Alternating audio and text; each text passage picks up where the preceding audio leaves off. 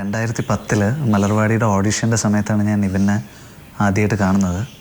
അപ്പോൾ ഞങ്ങൾ മലർവാടിയുടെ 2 ഓഡിഷൻ കഴിഞ്ഞ് 2 തവണ ഞങ്ങൾക്ക് ബാക്കിയുള്ള ആർട്ടിസ്റ്റിനെയൊക്കെ ഓൾമോസ്റ്റ് അതിനുള്ള ഓപ്ഷൻസും കാര്യങ്ങളൊക്കെ ഇങ്ങനെ കിട്ടുന്നുണ്ടായിരുന്നു. പക്ഷേ അതിൽ മെയിൻ ക്യാരക്ടർ പ്രകാശിന് വേണ്ടിയിട്ടുള്ളൊരു ഓപ്ഷൻ ഞങ്ങൾക്ക് കിട്ടുന്നില്ലായിരുന്നു. അങ്ങനെ ഒരു 3-ാം റൗണ്ട് ഓഡിഷനിലാണ് ഞാൻ നിവിനെ ആദ്യമായിട്ട് കാണുന്നത്. അപ്പോൾ നിവിൻ ഓഡിഷന് വന്ന കാഴ്ച ഇപ്പോഴും പറയുമ്പോൾ കൗതുകമുള്ള കാഴ്ചയാണ്. കാരണം നിവിന് കാലിന് വയ്യായിരുന്നു, നടക്കാൻ വയ്യായിരുന്നു. ബൈക്കിൽ നിന്ന് വീണിട്ടോ മറ്റോ കാല് ഫ്രാക്ചറായിട്ട് ക്രച്ചസിലാണ് നിവിൻ വന്നത്. 2 ഫ്രണ്ട്സ് കൂടിയിട്ട് ഞങ്ങൾ ഓഡിഷൻ നടത്തിയ ഫ്ലോറ് 2 നില മുകളിലായിരുന്നു. അപ്പോൾ സ്റ്റെപ്സ് കയറി വരണമായിരുന്നു. അപ്പോൾ നിവിന് കയറാൻ പറ്റാത്തതുകൊണ്ട് 2 ഫ്രണ്ട്സ് പൊക്കിയെടുത്തിട്ടാണ് നിവിനെ കൊണ്ടുവരുന്നത്.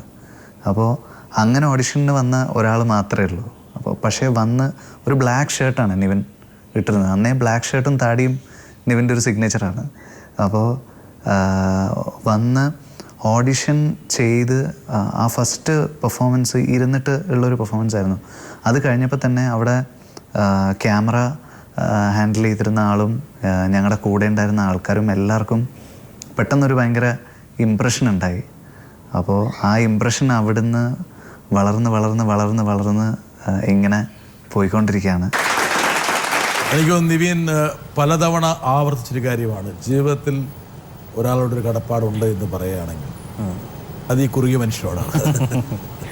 തീർച്ചയായിട്ടും അതിനപ്പുറം വേറെ എനിക്ക് എന്താ ഒന്നും പറയാനില്ല. ഞാനിപ്പോൾ ഇവിടെ ഇരിക്കുന്നുണ്ടെങ്കിലും ഞാനിപ്പോൾ ഏത് ഇൻ്റർവ്യൂ ഏത് സിനിമ ചെയ്യുന്നുണ്ടെങ്കിലും എനിക്ക് ലൈഫിൽ എന്തെങ്കിലും ഒരു പോസിറ്റീവായിട്ടുള്ള കാര്യങ്ങൾ നടക്കുന്നുണ്ടെങ്കിൽ അതിനൊരു തുടക്കം കുറിച്ചൊന്ന ആൾ വിനീതാണ്. അപ്പോൾ അത് എന്നും മനസ്സിലുണ്ടാവും. താങ്കളുടെ ജീവിതത്തിൽ ഒരു ജനറേറ്ററാണ് അദ്ദേഹം. അതെ അതെ അതെ, ഒരുപാട് വൈദ്യുതി സപ്ലൈ ചെയ്തു. അതെ അതെ അതെ. ഞാനിപ്പോൾ എന്തെങ്കിലും ആവശ്യമുണ്ടെങ്കിലൊക്കെ ഞാൻ വിനീതായിട്ട് വിളിച്ച് സംസാരിക്കും. ഇപ്പം പല സിനിമകളുടെ ചർച്ചകളോ അല്ലെങ്കിൽ കഥ കേൾക്കുമ്പോഴൊക്കെ ഞാൻ വിനീതായിട്ട് സംസാരിക്കാറുണ്ട്. അല്ലെങ്കിൽ ഇടയ്ക്ക് ഞാൻ ഡൗൺ ആണെന്ന് വിനീതിനെ തോന്നിക്കഴിഞ്ഞാൽ വിനീത് എന്നെ വിളിച്ച് ചാർജ് ചെയ്യും. അപ്പം അങ്ങനെ ഒരു ബ്രദർലി ഒരു കെമിസ്ട്രി ഉണ്ട്.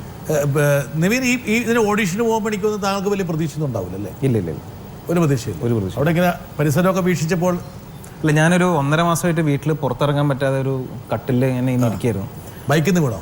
അല്ല, ഫുട്ബോൾ കളിക്കുമായിരുന്നു. അപ്പോൾ ഫുട്ബോൾ കളിച്ച് കാലൊടിഞ്ഞു പോയി. അപ്പോൾ അത് കഴിഞ്ഞ് സ്ക്രൂ സ്റ്റീലൊക്കെ ഇടേണ്ടി വന്നു. അപ്പോൾ അതിൻ്റെ ഒരു 1.5 മാസം പക്ക അനക്കാതെയുള്ള റെസ്റ്റാണ് ഡോക്ടർ പറഞ്ഞിരുന്നത്. അപ്പോൾ ഇരുന്ന് ബോറടിച്ച് അപ്പം ഇതിൻ്റെ ഓഡിഷൻ നടക്കുന്നുണ്ട്. അപ്പോൾ ഞാൻ വിനീതിൻ്റെ ബ്ലോഗ് വായിക്കുമായിരുന്നു. അപ്പോൾ ഞാൻ ചുമ്മാ എൻ്റെ ഒരു ഫോട്ടോ അയച്ചു കൊടുത്താണ്. അപ്പോൾ വരാൻ പറഞ്ഞു. അപ്പോൾ വീട്ടിൽ അമ്മ പറഞ്ഞു കാലനങ്ങാൻ പാടാൻ സമയത്ത് ഓഡിഷനൊന്നും പോകണ്ട. പക്ഷെ എന്തോ എൻ്റെ ഉള്ളിൽ പറഞ്ഞു ഇതിന് പോകണം എന്നുള്ളത്. അപ്പം ഞാൻ എൻ്റെ ഫ്രണ്ട്സിനെ വിളിച്ചു, കാറിൽ പോയി. അങ്ങനെ എന്നെ പോയതിൻ്റെ മെയിൻ റീസൺ എനിക്ക് വിനീതിനൊന്ന് കാണാമല്ലോ എന്ന് എഴുതിയിട്ടായിരുന്നു. വിനീതിനൊന്ന് കാണാമല്ലോ, ഒരു ഹായ് ഹലോ പറഞ്ഞിട്ട് പോരാന്നുള്ളതായിരുന്നു. പക്ഷേ ഈ 1.5 മാസം വീട്ടിലിരുന്നുകൊണ്ട് താടിയും മീശയൊക്കെ വളർത്തി വേറെ കോലത്തിലായിരുന്നു. അപ്പോൾ വിനീതിന് വേണ്ടത് അങ്ങനത്തെ ഒരാളായിരുന്നു. അപ്പോൾ ഇത് രണ്ടും ഒരു നിമിത്തമായി മാറുകയായിരുന്നു. ബാക്കിയുള്ള ആൾക്കാർ വളരെ ക്ലീൻ ഷേവ് ഒക്കെ ചെയ്ത് നല്ല ഇതൊരു യൂത്ത് സിനിമ ആയതുകൊണ്ട് മറ്റേ ബനിയൻ ടീഷർട്ടൊക്കെ ഇട്ട് ക്ലീൻ ഷേവ് ഒക്കെ ചെയ്ത് മുടിയൊക്കെ വെട്ടി വളരെ നീറ്റ് പിള്ളേരായിരുന്നു. ഞാൻ മാത്രമാണ് വളരെ അലസമായിട്ട് ചെന്നുള്ളൂ. അപ്പോൾ അതായിരിക്കണം ഇഷ്ടപ്പെട്ടത്. താങ്കളെ തിരഞ്ഞെടുക്കാനുള്ള ഒരു കാരണം അതായിരിക്കണം. അവിടെ എത്തി താങ്കൾ പരിസരം നിരീക്ഷിച്ചപ്പോൾ അത് കിട്ടുമെന്നുള്ള ഒരു പ്രതീക്ഷ ഉണ്ടായിരുന്നു? ഒരു പ്രതീക്ഷയില്ല. കാരണം കാല് വയ്യാത്ത ഒരാളെ സിനിമയിൽ എടുക്കേണ്ട ഒരു കാര്യമില്ലല്ലോ. ഇതെപ്പോൾ ശരിയാവും? ഇത് കഴിഞ്ഞിട്ട് പിന്നെ 1 മാസം ഫിസിയോതെറാപ്പി വേണം, നടക്കാൻ സമയമെടുക്കും. വിനീത് എങ്ങനെയാണ് പറഞ്ഞത് താങ്കൾ എൻ്റെ സിനിമയിലേക്ക് വരാൻ പോവുകയാണെന്നുള്ളത്?